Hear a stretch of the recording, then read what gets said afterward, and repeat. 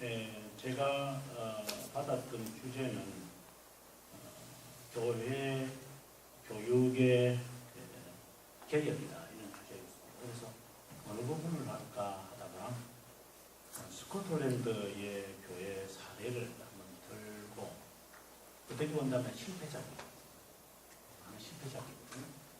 그걸 보면서 오전에 최 교수님이 지적하신 것처럼 신학 교육이 이대로 가야 하는가 그런 것도 같이 이렇게 맞물리면서 지금 현장에 있으면서 앞으로 신학교가 어디로 방향이 틀어져야 되는 것까지도 이제 이구와는 별개입니다만은 그렇게까지 이제 되지 않거든요. 지금 심각한 거거든요. 지금 저희 학교가 심각하다면 일반 조금 규모가 적은 신학교들은 지금 아마 충분히 신용을 하실 것 같아요. 그래서 굉장히 지금 심각한 지금 위기에 직면해 있습니다. 아무튼 그것은 시간 나면 이야기하기로 하고 여기에 있는 자료의 충실을 한번 해보도록 하겠습니다. 종교개혁이 산발적으로 그리고 일시적이지 않기 위해서 종교개혁자들은 교육에 큰 관심과 헌신을 쏟았다. 특별히 교육. 여기는 밝히지 않았습니다만 초대교회에도 보면 그 디닥테 이래가지고 교육에 신경 썼다. 또 여기에도 밝히지 않았지만 1571년에 엠든에서 개혁교회들이 처음으로 29개 교회가 모여가지고 총회를 이제 하게 되었을 때에 그들이 결정적인 것들이 있었죠. 그때 이제 아이들에게나 신앙을 이제 막 개종하신 분들에게 무엇을 가르칠 것인가 이렇게 했을 때 우리가 잘 아는 하이델베르크 교리문답과 그 다음에 칼빈이 제네바에서 목회하면서 만들었던 교리문답서 그 다음에 이제 칼빈에게서도 훈련을 2년간 받기도 했지만 나중에 이제 교수용으로 그리고 나중에 이제 교수형 당하고 난 다음에 다시 또 참수용으로 기도 더블에가 작성한 1561년에 작성했던 그것을 통해서 철저하게 그들이 그것을 이제 강요한 걸 보면 종교개혁이 그대로 유지되기를 바라는 심정으로 교육을 해왔다라는 것이 이 안에 아마 제가 쓰지는 않았지만 그런 내용이 담겨있는 것으로 여겨집니다.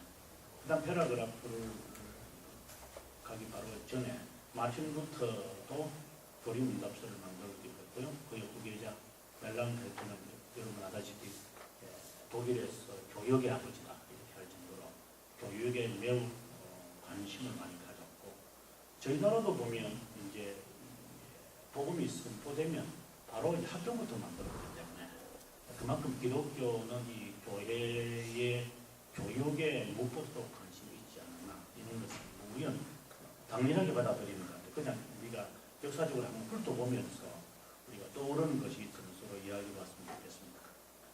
그 다음 패러그래프 보면 스위스 종교개혁자들도 예외가 아니었다. 스위스 도시들의 개혁신앙 아래 인문대학들이 세워졌고 님스의 종교개혁자 클라드 바두엘과 같은 교육개혁자는 프랑스 개혁교회 가운데 스트라스부르크의 스트룸에 영향을 끼치기도 했다. 역사가들은 칼빈과 같은 대륙의 종교개혁자들이 건강한 개혁신앙의 발전과 교회 젊은이들의 신앙교육에 깊은 관심을 가짐으로 이들에게 하나님, 인간 창조 및 삶의 모든 분야에 성경적 관심을 심는데 주력했다고 생각합니다. 칼빈은 배움과 인문학이 항상 신학이 과학의 여왕이라는 꼭 주장합니다. 이에 따라 다른 모든 지식을 위한 길을 조명한다고 보았다. 이런 확신을 가지고 칼빈이 1559년 제네바 아카데미를 설립했고 하나님에 대한 지식의 기초 위에 일반 학문과 주제를 세웠다. 역사가 우리가 잘 알고 있는 와일은 이렇게 말합니다. 복음의 모본을 따라 학문과 인문과학은 칼빈에 의해 세워졌다. 제네바는 주위 국가들에게 하나님에 대한 지식의 첫 번째 기반이 되었다. 두 번째는 과학과 문명의 기반이 되었다. 영국 보헤미아 독일 제네바에서 하나님의 학문은 그 길을 열었고 문학과 철학도 그 뒤를 따랐다. 제네바 아카데미는 계속하여 과학의 모든 분야에 탁월한 학자들을 보내 하나님의 영광을 드러냈다. 이것은 뭐 우리가 상식적으로 다 알고 있는 이야기입니다. 그 가운데서 저는 이제 이거 1세대가 지나고 난 다음 어떻게 본다면은 종교개혁자들의 1세대가 흘러가고 그 다음에 이제 2세대까지도 보면 어떻게 보면 투쟁의 역사였잖아요. 투쟁의 이야기들도 지나가고 난 다음 시점을 본다면은 1688년 명예혁명이 있고 난 다음에 스코틀랜드 교회는 어떤 모습으로 이제 이 교회사가 아니라 교회 교육이 전개되었나. 우리는 근현대의 역사를 볼 때는 중요하다고 봅니다. 제가 읽기 전에 이제 서론적으로 이야기를 한 두세 가지 하겠는데요. 1688년 명예혁명이 있고 난 다음에 어떤 일이 일어났을까? 남쪽 잉글랜드 지방에서는 크게 문제가 없었습니다. 왜냐하면 그 핍박으로 인해서 다 이제 신대륙이나 그리고 남아공이나 이렇게 다 피신을 가셨기 때문에 아니면 네덜란드로 가셨기 때문에 문제는 거의 없는 상황이다 보니까 청교도들이 사실상 잉글랜드 지방에서는 거의 사라질 수 있는 상황이죠. 또 실제로 사라졌고요. 이 문제는 이제 방금 우리가 스코틀랜드 이제 시편 찬송도 불렀습니다만은 이제 스코틀랜드에 있던 이제 이 언약도들에게서 이제 문제가 이제 일어나는 거죠. 우리가 종교개혁, 스코틀랜드 종교개혁을 3차 종교개혁까지 보는데 1차는 낙스에 의하고 2차는 이제 언약도, 국가언약이 외겨지면서 이제 1638년을 이제 이 종교개혁이라고 보고 3종교개혁은 우리가 아다시피 이제 에든버러 대학교에 있는 뉴칼리지가 만들어져 1843년에 있어지는 이제 이 큰 또 종교개혁이 일어나는데 그 와중이죠. 지금 제가 말씀드리고 싶은 것은 2차 종교개혁이 스코틀랜드에서 1638년 이후에 그리고 지나서 88년이 지나고 난 다음 그러니까 이제 18세기 초 아니면 17세기 말 이 시기에 스코틀랜드가 이 신앙을 과연 유지하고 있을까? 아니 유지할 수 있었을까? 이제 이 관점인 거죠. 그렇지만 선배들은 이것을 유지하려고 매우 저는 노력했다고 저는 봅니다. 그 중에 큰 어려움이 뭐였느냐면 우리가 아는 그 네덜란드의 빌런 판 오란여 3세와 이제 메리 2세와 결혼을 하고 분들을 이제 데리고 와서 명예혁명이 일어나지 않았습니다. 자, 이분이 이제 영국에 와서 오란여라는 이름 대신에 이 사람 윌리엄 3세로 이제 영국에서 불려지니까 그거로 끝난 거로 생각을 했지만 아다시피 이 윌리엄 3세가 그 전에 제임스 2세의 핍박보다도 더 심한 것을 이제 스코틀랜드에 이걸 행하기 시작한 거죠. 그게 이제 보통 혁명 정착이라고 하는 이름으로 이게 감독제도를 강화시키는 겁니다. 뭐 감독제도라고 하는 말보다도 좀 더 이제 정확하게 표현을 하면은 신학 용어이면 감독제도는 신학 용어가 아니니까 정치 용어니까 빼고 그 신학적 용어로 붙인다면은 윌리엄 3세도 그렇고 청교도 시절에 국왕들도 다 원했던 게 뭐냐면은 에라스투스주의였거든요. 에라스투스주의는 결국은 왕이 이제 정치와 종교의 지상권을 갖는 이런 체제를 사실상 원했던 건데 윌리엄 3세도 어쩔 수 없이 그걸 채택하는 거죠. 이제 거기에서 이제 언약도들은 이제 반발하게 되어지고 그때부터 이제 그 전에 핍박은 조금 덜 하긴 했어요, 실제로. 그러나 혁명의 정착이 있은 이후부터는 이제 본격적으로 스코틀랜드 언약도밖에 남지 않았으니까 이제 이들에 대한 핍박은 정말 이제 무섭게 이제 스며들게 되기 시작해서 우리가 잘 아는 뭐 지금 없는 감옥이라는 단어가 나올 정도로 아주 심각하게 이제 18세기 초에 이 의작도들이 이제 어려움을 당하는 그 시기에, 자, 이제 우리가 이제 여기에 지금 도달한 것 같습니다. 93페이지에 이제 스코틀랜드 개혁교회 학교를 보면, 종교개혁자들의 교육 이념과 스코틀랜드 종교개혁자들의 것과 본질적으로 동의를 했다. 1709년과 10년은 개혁교회가 열정적으로 스코틀랜드에 그리스도에 대한 지식을 촉진시키려고 총회가 개최하였을 때다. 학교들을 세워 그분에 대한 지식과 교회들을 든든하게 세워가도록 했다. 좀 거슬러 가면 조지 부캐넌, 조지 부캐넌은 존 낙스의 후계자이기도 했지만 더 우리가 교회사에서 좀 관심을 갖는다면 조지 부캐넌은 이제 제임스 6세죠. 그러니까 스튜어트 메리, 스튜어트 메리가 이제 이게 좀 생활이 좀 좋지 못해가지고 단리하고 결혼해가지고 애를 낳기만 하고 이제 바람나서 결국 존 낙스에 의해서 추방을 당해가지고 영국 와가지고 이제 1988년에 이제 잘려서 죽고 이제 이런 이제 참상을 당합니다만은.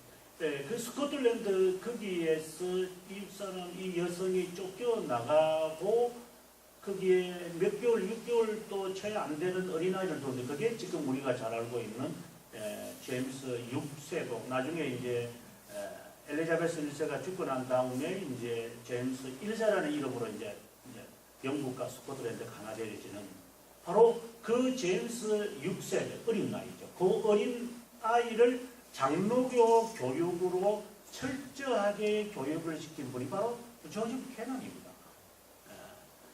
나중에 제임스 1세가 이제 왕으로 등극하게 될 때에 신식을 인도하신 분이 존 낙스였거든요. 그래서 조지 부캐넌은 실제로 존 낙스와 함께 동사하면서 이 스코틀랜드의 종교개혁에 책임을 졌던 그런 훌륭한 분이라고 봅니다. 그분은 스코틀랜드 교회의 총회장이었고 그리고 후계자였지만 기독교 교육에 매우 관심을 가졌다.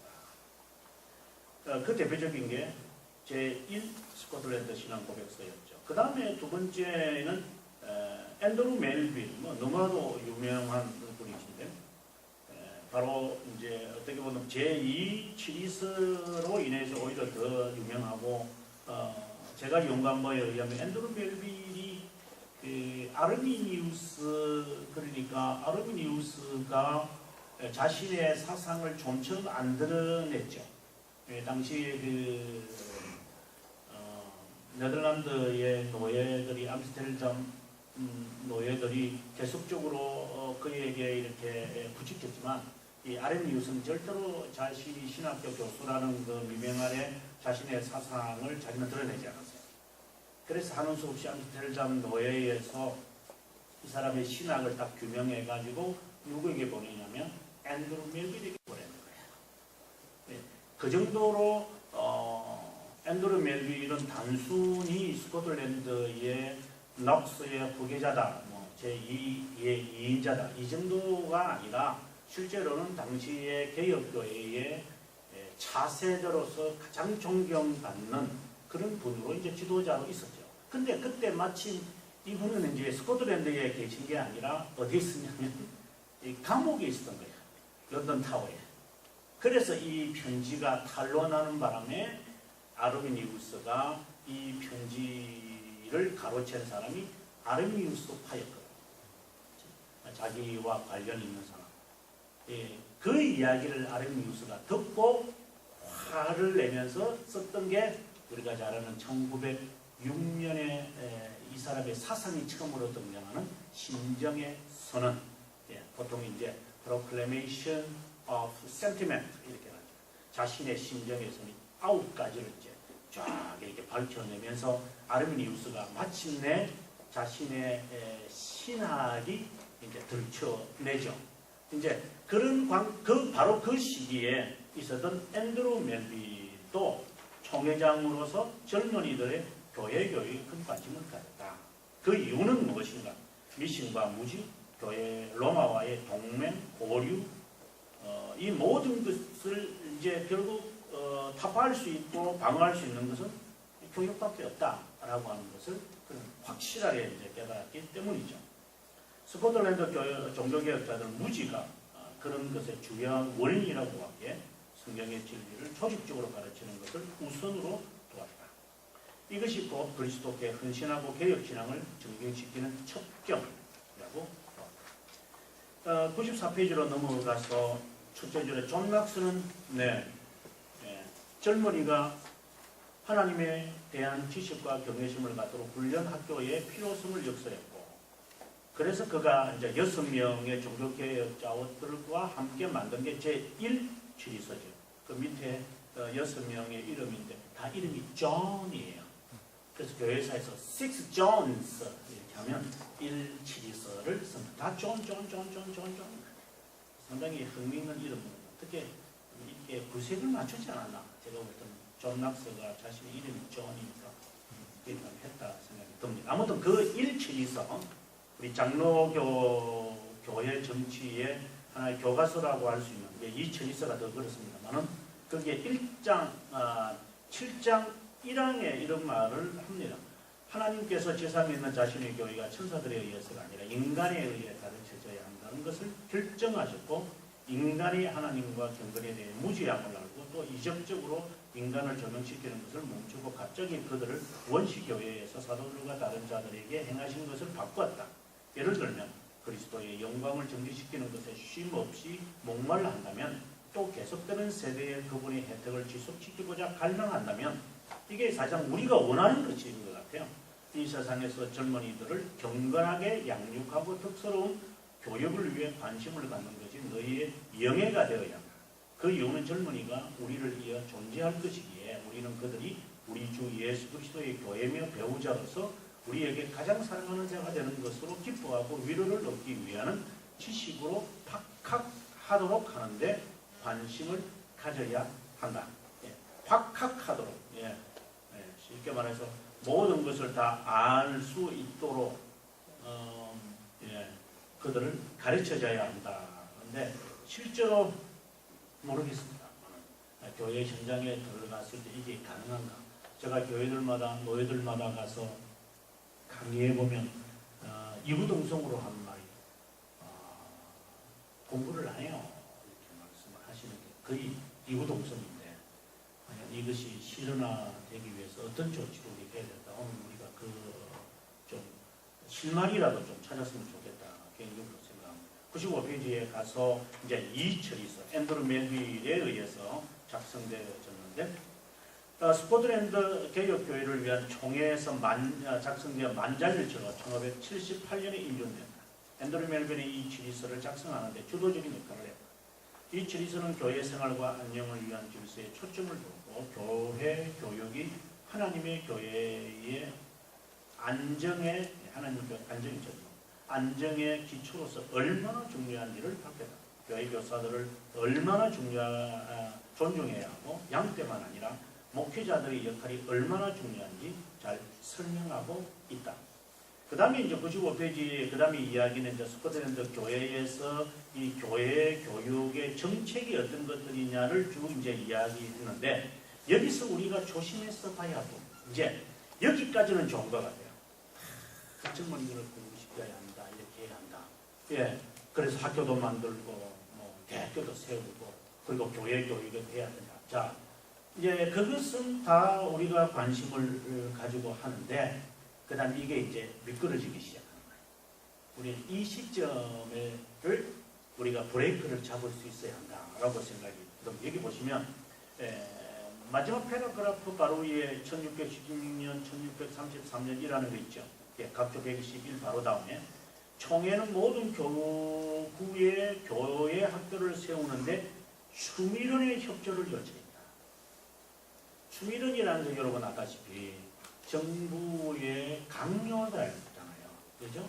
그 강요들에게 교회 마치 어떻게 본다면은 이 스코틀랜드를 교회 나라, 기독교 나라로 완전히 바꾸겠다라고 하는 거였죠. 이제 여기에서 저는 미끄러지는 브레이크를 브레이크가 파열되기 시작한다. 저는 그렇게 보는 거예요. 제가 최근에 4월달에 근현대 교회에서 그래서 개혁 신학의 입장에서 근현대 교회사를 이렇게 풀어내려가는 것이 제게는 굉장히 힘들었습니다. 거기에서 제가 지적하는 게 있었어요. 제 마음에 이제 이거는 틀림없다. 확정을 잡으면서 제가 어느 책에서도 언급하지 아니하는 하나의 독특한 것을 하나의 맥을 잡은 게 있는데 그게 바로 청교도 내에 있는 회중파들의 이야기였어요. 저는 우리가 다 지금 청교도 신학을 다 추구하고 개혁 신학을 추구하고 이렇게 하지만 우리가 그 안에 들어가면 다양합니다. 다양합니다. 그 다양한 가운데서 청교도들 가운데 있었던 하나의 판은 우리가 아다시피 청교도 내에 큰 무리가 장로였다면 그 다음에 회중파라는 게 하나 있어요. 그 다음에 우리가 잘 알고 있는 분리파고 있고 독립파도 있지만 실제로는 이 독립파와 회중파는 하나가 되어졌으니까 하고 그 다음에 이제 브라운파와 같은 이런 분리파들이 이제 있었던 것이었죠. 근데 우리는 이걸 다 통틀어서 이제 일반인들이 청교도라고 하지만 항상 주도권을 갖고 진취적이고 이 국가가 기독교 국가가 되어야 한다는 이러한 사상을 항상 그리고 모든 정치와 모든 것에 국가의 도움을 받아야 되고 국가와 함께 협력해야 되고 이러한 모든 우리나라 말로 한다면 청와대에 교회가 세워졌고 불쌍하게 다 없어진다. 이러한 것에 대해서 주장하시는 분들은 주로 회중파들이었어요. 이 회중파를 여러분들이 청교도 저보다도 더 잘 아시는 분도 계시겠지만 주의 깊게 보셔야 됩니다. 그 청교도들이 이제 미국에 와서 뿌리를 내리면서 움직였던 것이 바로 1차 대각성과 2차 대각성 이쪽으로 이제 이 주류가 이제 그 운동 그리고 선교 쪽으로 확 튀쳐나가야 해요. 그러면서 우리도 알지 못하는 사이에 이제 개혁신앙이라는 안에 회중파적인 성격을 갖고 있는 분, 장로교적인 성격을 갖고 있는 분, 예를 들어서 회중파적인 성격을 갖고 있는 분들은 시편 찬송 안 부를 거예요. 아니 이건 다는 아니고 그냥 제가 바꾸시는 건 아니고 그냥 제 혼자서 그냥 손톱을 이렇게 만지면서 생각해봤던 것인데 그러나 장로교적 청교도는 성격이 스코틀랜드 쪽에 좀 더 가깝기 때문에 잉글랜드 쪽에 가까워지면 실제로는 회중파적인 성격이 조금 더 두드러지고 스코틀랜드 쪽으로 이렇게 기울어지면 아니 영국 청교도들이 무슨 시편 찬송을 불렀나요? 부르는 분은 없는 것은 아니겠지만 있지만 그러나 주로 스코틀랜드에 있는 청교도라기보다 언약도라고 해야 되는데 언약도들이 이 시편 찬송을 했죠. 청교도들은 살짝 시편 찬송을 이렇게 저기 부르는 것은 아니거든요. 근데 그런 걸 볼 때 우리가 지금 오늘 여기서 시편 찬송을 불렀다는 것은 우리는 한편으로 제가 느끼기에는 우리는 장로교, 청교도, 또 스코틀랜드 언약도의 어떤 일의 정신이 우리 있지 않나. 혼자 그렇게 손톱을 이렇게 바짝바짝 만지면서 생각을 해봅니다. 네, 추미론의 협조를 요청했다라고 하는 이 말이 이제 미끄러지기 시작하는 첫 번째 단추라고 저는 보는 겁니다. 이 교회 교육의 중요성을 누구든지 인지하지만 이것을 국가와 연계하겠다라고 하는 하나의 출구를 이제 만들어냈다라고 하는 거죠. 하지만 그 다음에요. 학교를 세우는 이런 어려움이 있다라고 합니다. 가난과 어려운 연결이었다. 북부 고지에 우리가 아는 건 스코틀랜드를 말하죠. 많은 자들은 가난하게 계획이라는 것이 익숙하지 않았고 생계에 덕급한 나머지 반대하는 목소리도 나오게 됐다. 그렇지만 총회 지도자들은 교회 교육과 학교가 고지에 세워져야 한다는 것을 한다는 뜻을 굽히지 않았겠죠. 아무든 여러 어려움에도 불구하고 스코틀랜드 개혁교회는 교회 학교 설립을 위해 수세기 동안 노력을 했다.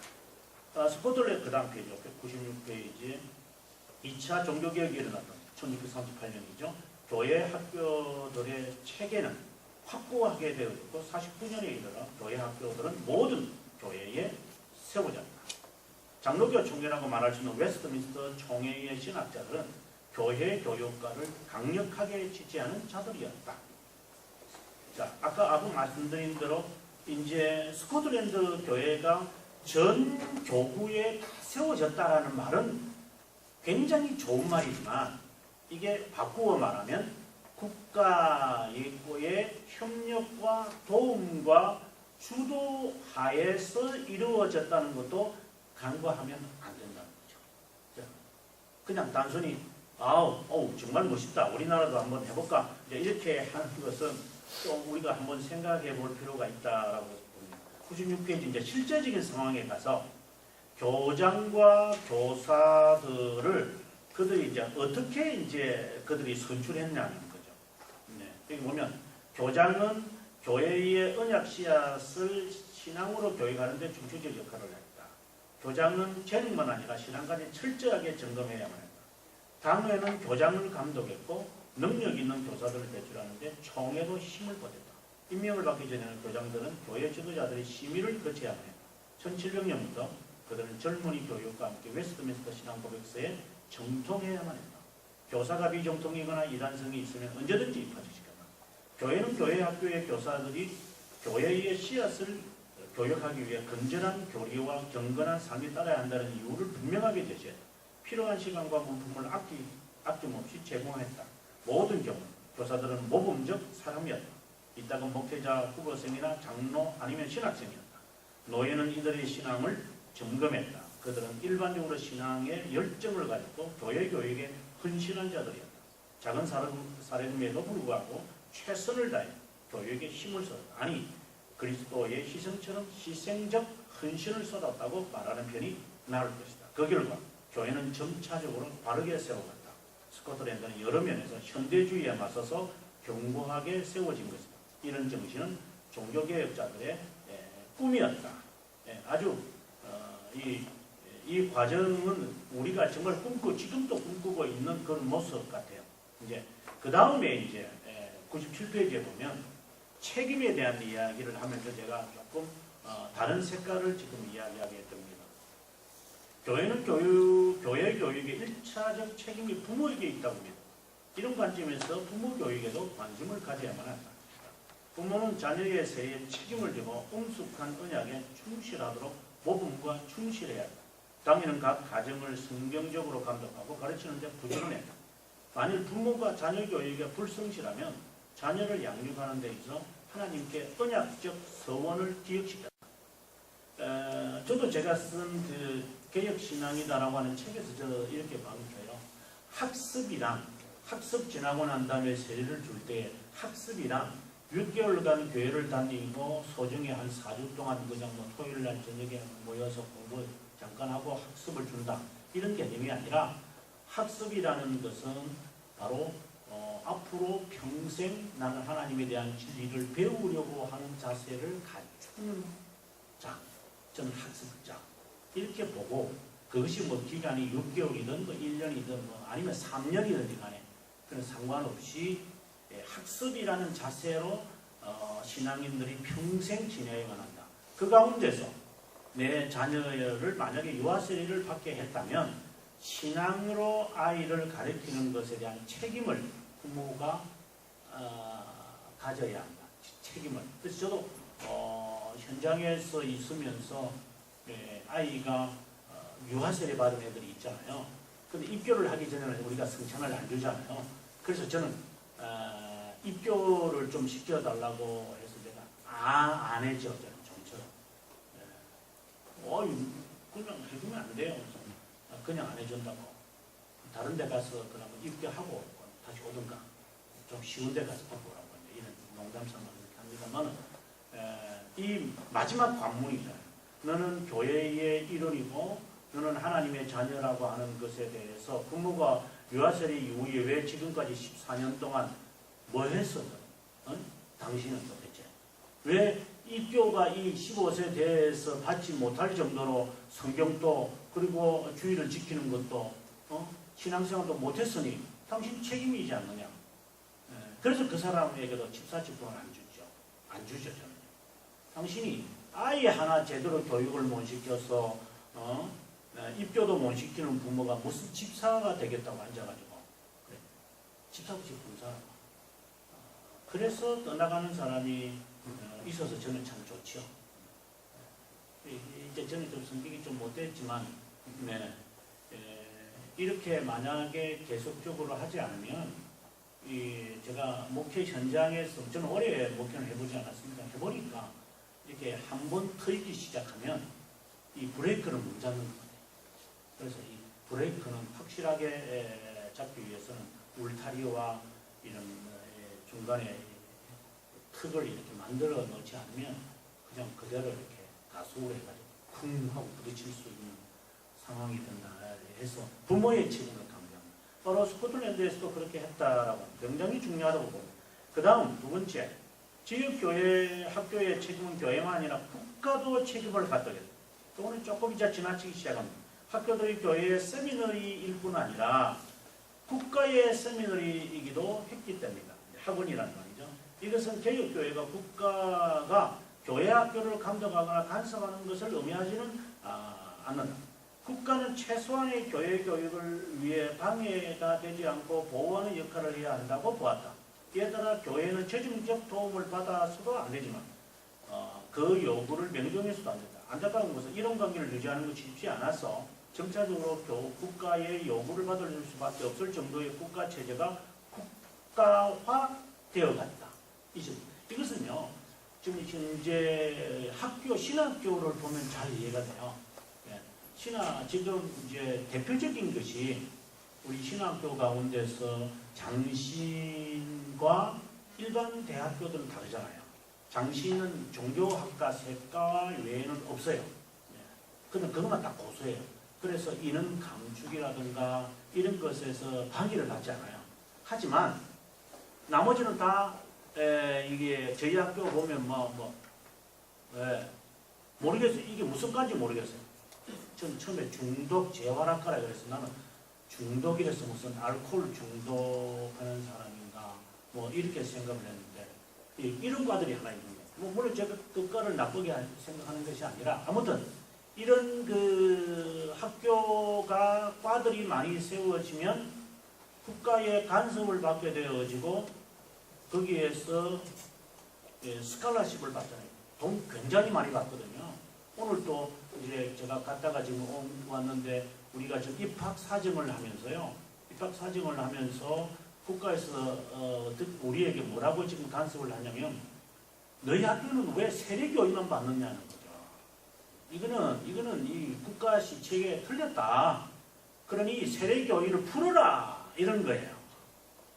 아니 이게 우리의 마지노선인데 그래서 우리 교수들은 안 된다고 했어요. 진짜 안 푼다. 그러면은 인원 감축해라 이런 거예요.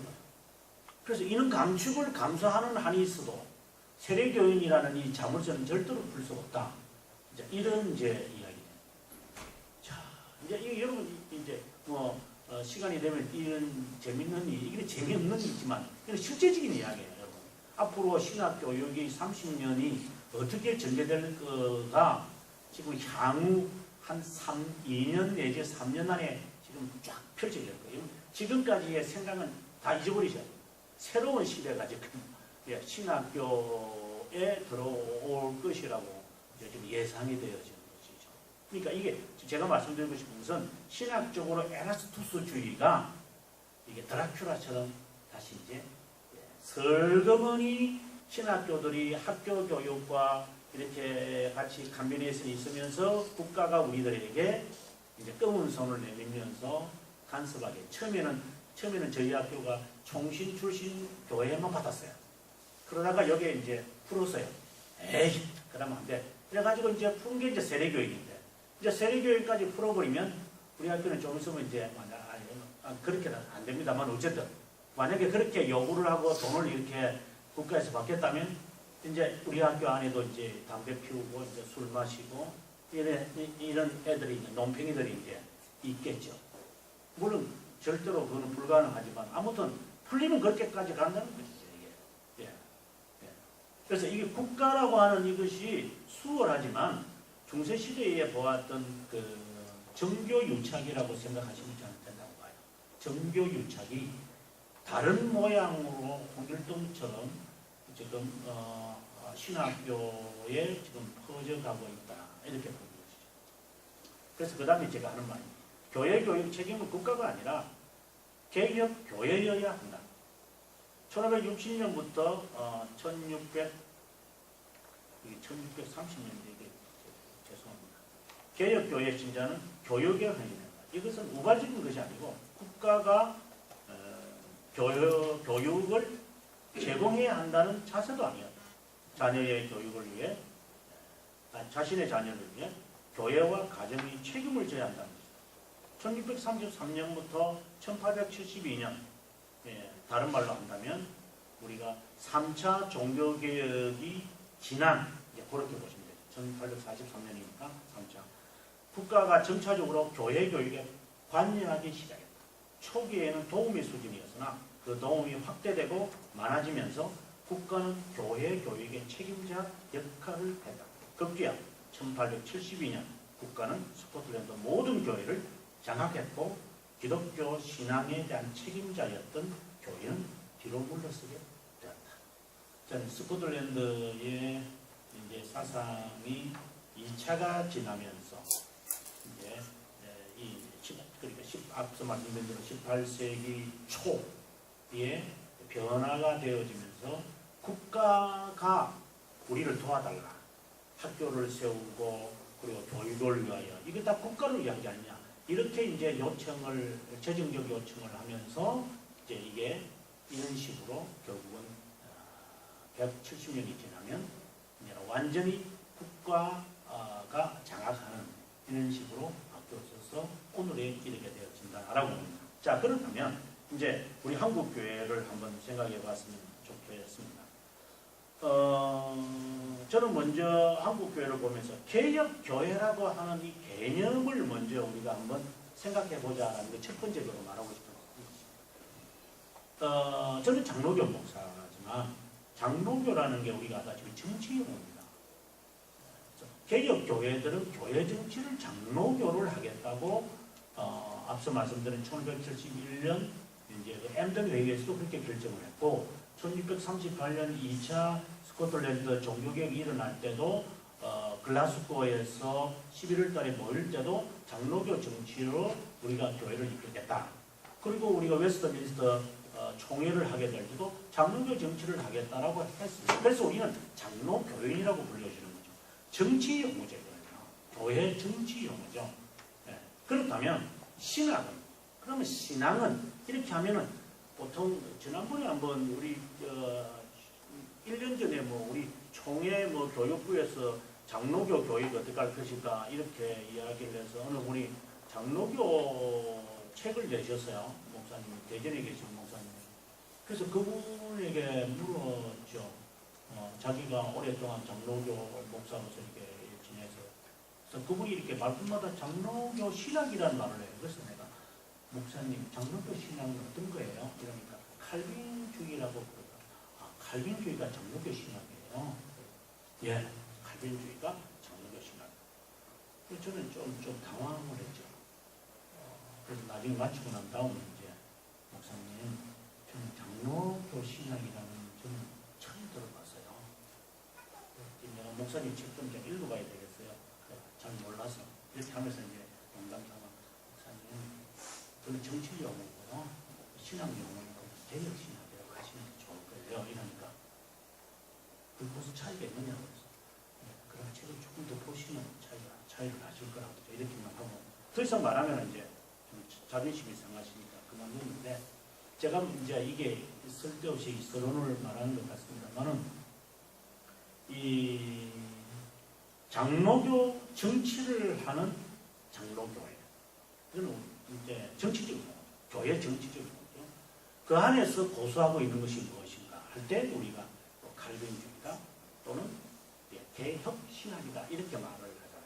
그러면 개혁 교회라는 것이 그럼 무엇을 주장하는 것인가? 당연히 교회 정치로서는 장로교회일 것이고 신학으로서는 칼빈주의든 또 다른 말로는 개혁 신학이라는 것으로 우리는 받아들이겠죠. 근데 문제는 개혁 교회라고 해서 개혁 신학을 성도들에게는 가르치는 게 아니잖아요. 여기에 좀 새로운 국면이 있다고 저는 보는 거죠. 교육은 신화 교육이 아니잖아요. 제가 교리 해설을 학생들한테 가르치면서 그런 말을 해요. 보통 우리 신학교에서 교리를 가르치는 게 아니라 신학을 배우다 보니까 조직 신학이 교리로 착각하는 경우가 있다는 겁니다. 교리와 신학은 다르다라고 저는 일단 분리를 시켜요. 뭐 얼마큼 이게 잘라낼 수 있는지 모르지만 신학은 학자 한 사람이 낸 거예요. 오늘 우리 말씀하실 때 불가오를 이야기하셨는데 요즘은 불가오가 아니고 뭡니까? 요즘 바빙크라고 또 바빙크도 시대가 지나면 또 누구 이름이 등장을 했는데 신학은 그분의 그 체계적인 그 신학 뭐 장로교 신학교 같으면은 칼바르트의 신학 이렇게 한 사람의 신학을 우리가 체계적인 것을 받아들이는 것을 조직 신학이라고 하는 거고 신앙은 그런 거 아니잖아요. 신앙은 온 교회가 어떤 것을 우리가 고백하느냐라는 건데 그 고백하는 그것이 무엇이냐라는 거죠. 그것을 우리가 지금 이제 개혁 신앙을 가지고 이제 아이들에게나 부모들에게나 성도들에게 가르칠 때는 신학을 가진 자가 개혁 신앙을 이제 성도들에게 이제 교육시키겠죠. 그러면 교육을 시킬 때는 우리가 아다시피 교리라고 하는 이거는 이제 성도들이 다 온 교회죠. 뭐 성도들에게 아니라 온 교회가 이 안에는 뭐 조직신학도 들어갈 수밖에 없는 거죠. 다 들어가서 있는 이 큰 고백의 교리 문답서처럼 이러한 것들 신조까지 튤립에 있는 그걸까지 포함을 해서 이것을 성도들에게 신학을 한 사람이 가르치는 거지. 이것을 제쳐놓고 목사님들이 교리를 제쳐놓고 신학을 지금 가르치겠다. 이렇게 하면 저는 이것은 경건주의 전에 있었던 교조주의처럼 메마른 저는 교육이라고 보는 거죠. 그래서 우리가 한국 교회에 우리가 바라보면서 지금 교회 교육을 신경 쓸 때 신학을 가르치라고 하는 점에서 조금 멈추다면 좋겠다. 저는 한번 멈추어 서서 사람들을 신학자로 만들려고 하지 마라. 이런 것을 먼저 제안을 하고 그런 의미에서 여기에 98페이지에 4가지를 제가 제안을 하고 있습니다. 교리 교육은 삶이다. 이것은 제가 하는 말이 아니라 칼빈의 기독교 강요에 보면 이 말 그대로예요. 칼빈이 이런 말을 해요. 교리는 이제 거기서 말하는 독트리나라고 하는 이 말은 이제 교훈이라는 말로도 해석이 되는데 교훈은 성경의 교훈은 혀의 문제가 아니라 삶의 문제다. 그런 칼빈이 그 말을 하고 있는 거예요. 그래서 교리는 교육 프로그램이 아니라 삶이다.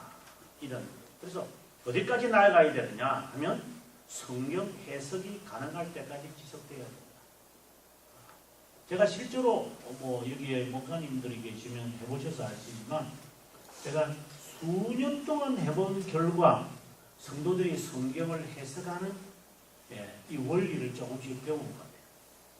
저는 거기에 굉장히 기쁨을 제가 느끼고 그래서 이제는 조금 어렵게 설교해도 이제 끄떡끄떡하는 모습을 저도 처음에는 이게 어렵게 저는 쉽게 설교하기가 잘 못하니까 이렇게 설교하면 처음에는 눈 뜨고 있다가 나중에는 이제 한번 자면서 이렇게 기울여주시고 있어서 지금은 제가 하는 설교를 따라오시는 것 같아요.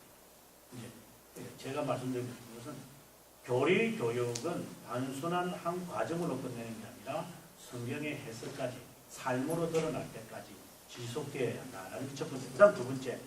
이것은 요령을 가르치는 것이 아니다. 보통 보면 요즘에 나오는 교리 교육서 책들을 보면 보면 한 과정을 하고 맵을 만들고 마인드 맵을 만들어 가지고 이렇게 아니죠. 이거는 반복을 통해서 나에게 딱 체질화시키는 작업 같아요. 그래서 제가 했던 그 가운데 하나가 뭐냐면 제가 학생들에게나 저희 성도들에게 벨지카 코덱스 37개 항목이잖아요. 그 다음에 웨스트민스터 신앙 코덱스가 33개잖아요. 제목을 다 외우겠죠. 그게 70개거든요. 외우고 나면요. 이거 예를 들어 예정과 자유주의, 의지라고. 그 자유의지 어디서 다뤄? 예. 그거 봐. 이게 뭐야? 이게 상담하기도 너무 편하고, 예. 뭘 굳이 내가 그걸 읽고 난 다음에, 예. 그 다음에 이제 이야기하는 그걸 근거로 해서 이런 것처럼 예를 들면, 예. 그래서 요령이 아니라 사고와 토론으로 이루어져야 한다. 과정을 마치는 것으로 거쳐서는 안 돼요. 거쳐가 잘못된 것 같아요. 프로그램이 아니기 때문에 눈높이에 맞추려고 노력하지 말아요. 앞서 목사님 찬송 인도하시면서 이제 복음성가 안 가르쳐서 아이들이 좋다는데 저는 정말 전적으로 동의하는 거죠. 네. 아이들에게 무엇을 가르치냐에 따라서 아이들이 따라오는지 안 나는 생각하고, 그 다음 세 번째, 부분적 공부가 되어서는 안 되고 전체 맥을 잡는 공부가 되면 좋겠다. 그다음 네 번째, 교육은 다양하지 않다. 온 교회가 이제 요즘에 보면은 이제 교육이 또 유행하다 보니까 또 개인이 또 만든 교육을 또 열정이 있으신 분들이 또 번역을 해가지고 또 보고를 하세요. 그래서 저는 마음속으로 좀 목사님들 좀 역시 가정파들이 있구나 하는 생각을 제가 다시 한 거예요. 자꾸 앞서가시려고 하시는 것 같아요. 그냥 이거로 그냥 성도 온 교회가 개혁교회가 이걸 가르치기로 했으면 그냥 끝났으면 좀 이것이어도 제대로 가. 자꾸만 어떤 사람이 만든 훌륭한 사람들이죠. 그걸 이렇게 다 만들어버리면 어떻게 하겠다는 거예요. 좀 교과서를 중심으로 좀 공부를 시켰으면 좋겠다는 거지. 이건 개인의 제 바람입니다. 그래서 다양성이 너무 지나치게 하지 말고 6가지, 우리가 그 6가지에 맞춰달라라고 합니다. 좀 더 이제 구체적으로 들어가서 이제 제가 4가지로 또 말하고 있는데, 먼저는 프로그램이 되지 않도록 하고 항목을 외우면 좋겠다. 그래서 교육을 저는 교회 교육이라고 저는 보기 때문에 먼저 고백서 2개의 고백서의 제목을 외워라. 아까 말씀 70개. 저는 이제 기독교 강요를 가르치니까 기독교 강요 80개 항목은 이건 필수입니다. 그래서 기독교 강요 80개 항목을 딱 외우고 나면 기독교 강요가 이 손안에, 좀 죄송하지만 손안에 딱 들어갑니다. 지금 현재 제가 기독교 강요 1278항목을 주석을 쓰고 있는데 이 80개 제목이 머릿속에 있으면 이걸 어디 가서 찾으면서 보면 딱 나와요, 이게. 그래서 저는 항목 외우는 게 매우 중요하다고 저는 보는 것이죠. 그래서 교리교육을 하려면 항목부터 외우게 하라. 그러고 난 다음에 교리 문답서로 들어가면 그 답은 신앙고백서에 있을 것이고 질문이 이렇게 되어 있다면 서로 연결을 하면서 풀어갈 수 있지 않나. 자, 이렇게 이제 생각을 하는 것이죠. 그래서 진리는 원이 아니라 선도 아니고 공이다. 어디서로 보아도 이거는 어느 부분과 연관이 있네요. 이렇게 서로가 이렇게 하나라고 하는 하나님의 그 사랑이라고 하는 이 진리를 이 교리와 이 부분이 어떤 면에서 어느 깊이와 어느 끝과 연관시켜서 이 표현을 교리하고 있고 성경에서 하고 있는지 그것을 지도자가 알 수 있다면 이 말씀에 대한 깨달음이 얼마나 충만할까. 그것을 위해서 우리도 노력을 해야 되지만 그리고 성도들에게 그 기쁨을 남겨다 줘야만 한다. 그러니까 원이 아니라 원도 참 중요하지만 원보다도 하나의 공과 같은 진리를 어디를 봐도 항상 둥금이 이렇게 유지하고 있는 이 진리의 체제를 성도들에게 알려줘라라고 하는 것이죠. 예를 들면은 이제 제가 주석을 하면서 이제 보면 칼빈이 이제 3권 11장에 가면 이제 righteousness와 justification을 구분해서 설명을 해요. 정확하게 말하면 3권 11장 6항에서 그렇습니다. 저는 그걸 읽으면서 저는 칼빈이 이미 말 다 해놨네. 저는 그걸 주석하기 전에 이미 좀 읽으면서 좀 깨달았는데 여기 오니까 이미 답이 다 있어요. 거기에 칼빈이 이런 말을 해요. justification이란 무엇이고 righteousness가 무엇인지를 밝히는데 특별히 righteousness는 의라고 하는 개념을 이렇게 말해요. 하나님의 본질에서 불러일으키는, 그래서 하나님의 본질이 본성이라 해요. 하나님의 본성과 하나님의 사랑과 어떻게 그것이 우리들에게 불러일으키는 거룩함과 올바름이다. uprightness라고. 거룩이잖아요. 그래서 의라고 하는 이 righteousness라고 하는 것은 이미 그 안에 holiness와 uprightness가 이미 있다라고 하는 거예요. 그게 의라고 하는 그 말 안에 담겨져 있다라고 하는. 정말 제가 최근에 이제 학생들한테 강의를 하면서 justice와 righteousness의 개념을 분명하게 해야 한다. 그 개념을 굉장히 강조하거든요. 복음에는 righteousness가 나타났다. 율법에서 우리에게 요구하는 것은 justice였다. 이제 이런 이제 서로 좀 구분을 이제 찍으면서 세상은 justice를 원한다. 그러나 성경은 우리들에게 righteousness를 원한다. 이제 그것에 대해서 여러 강의를 하고 있었는데 이제 그 11장 6항에서 칼빈이 그 말하는 걸 보면서 한참 그날 저녁은 그것에만 그냥 이렇게 삼매경이 돼가지고 좀 빠져 있었죠.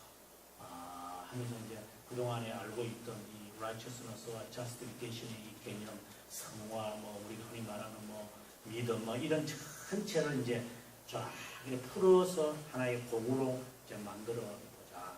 얼마 전에 우리가 뭐 친위 문제가 일어나고도 그렇지만 이것이 공이라고 하는 차원에서 한번 조명해 보았으면 얼마나 좋을까. 그걸 위한 첫 번째 작업으로 항목, 신앙 고백서의 항목을 외우는 것을 저는 먼저 하고 싶다라고. 이건 아무것도 아닌 것처럼 보이지만 이미 하고 계시는지 모르지만 이 굉장한 파워를 갖고 있습니다. 이게 단순한 게 아닙니다. 그 다음 두 번째, 교리교육은 담임 목사와 교사가 달라서는 안 된다. 교육에서 설교나 교훈에서는 언제든 일치해야 된다. 그래서 설교든 공부든 일치해라 라고. 그 다음에 세 번째, 교전은 뭘 할 것인가. 우리가 아다시피 이제 크게 6가지를 이제 말한다는 것이 거고요. 그걸 어떻게 배분할 것인가. 이거 그냥 제가 하나의 제안인 것입니다. 그 다음에 네 번째는 이 교리 교육을 위해서 교회들마다 좀 사정은 다르겠지만 언제 하는 것이 좋을까? 이제 저 같은 경우는 뭐 교회가 크지 않아서 이제 그렇습니다만은 과거에 장로교회가 했던가 아마 신앙생활 아마 40년 이상 하신 분들은 아실 거예요. 본래 장로교회는요, 예배 드리기 전에 1시간 전에 장로님들이 나와가지고 작년 공부시켰어요. 그게 어떻게 본다면 교리 교육의 하나의 연장선상에 있었던 거거든요. 그래서 예배를 드리기 전에 성도들이 벌써 이 교리에 대한 교육을 먼저 다 받고, 그 다음에 이제 한 20분 동안 묵상 기도를 하고 이제 예배가 시작하는 것이 본래 장로교회가 전통적으로 해왔던 방법이었어요. 근데 이게 뭐 찬송이라는 경배와 찬양이 생뚱맞게 하나 들어와가지고 이게 들어오는 돌이 박혀있는 돌 다 차버려가지고 지금 장로교회의 모습이 지금 정말 마음이 안타깝지만 그걸 그대로 저는 직접 나가면 된다고 저는 본다고 보는 것이죠. 그 다음에 이제 이야기로 제가 끝나고 제가 하고 싶은 이야기는 이제 이 이야기로 끝나는 것 같아요. 여러분들 여기 질문을 하면 제가 하지 못한 이야기를 제가 더 할 수 있는지 모르지만 저는 결론이 교리 교육이 교회 교육의 모든 그것은 어린아이만을 말하는 게 아니라 우리의 전 생애를 통하여, 그리고 여기에 저는 여기는 쓰지 않았지만 저는 거기에 하나 더 붙여서 저는 기독교 강요라고 저는 봅니다. 제가 기독교 강요를 주석을 지금 쓰면서 느끼는 게 뭐냐, 교리 6개가 이 안에 다 들어가 있다라고 하는 거예요. 저는 이것은 정말 저는 노예들마다 가서 목사님들에게 제가 선언하는 거예요. 기독교 강요를 제발 배우시라고. 그래야 교리 교육의 각계 전투를 안 한다고. 이 고백서와 교리서에서 하는 용어들은 조금 다를지 몰라도 이 모든 것이 여기에서 출발한 것이라. 물론 성경이고 성경에서 이제 이렇게 기독교 강요고 그 다음에 이제 6개로 스프레이라 쫙 이렇게 뻗어나가는데 이것을 왜 원둥치를 우리가 이해하지 못하고 이것만 해야 되는가라고 하는 점은 저는 노예 목사님들에게 제가 도전을 많이 주죠. 좀 한편으로는 뭐 도전보다도 꾸짖는 거죠. 좀 공부해라고 많이 하면서 그래서 목사님들이 아유 예, 좀 수업 좀 합시다 이래서 이제 심도 있게 공부하는 상황입니다만 제가 덧붙이고 싶은 것은 바로 이 교리교육을 정말 하려고 하는 목사님들이 있다면 저는 제안하는 거예요. 기독교 강요에 대하여 뉴스도 해야 된다. 그래야 나중에 본인이 가르쳤던 것을 후회하지 않는 것이다. 그 말을 제가 하고 싶습니다. 혹시 질문이 있습니까?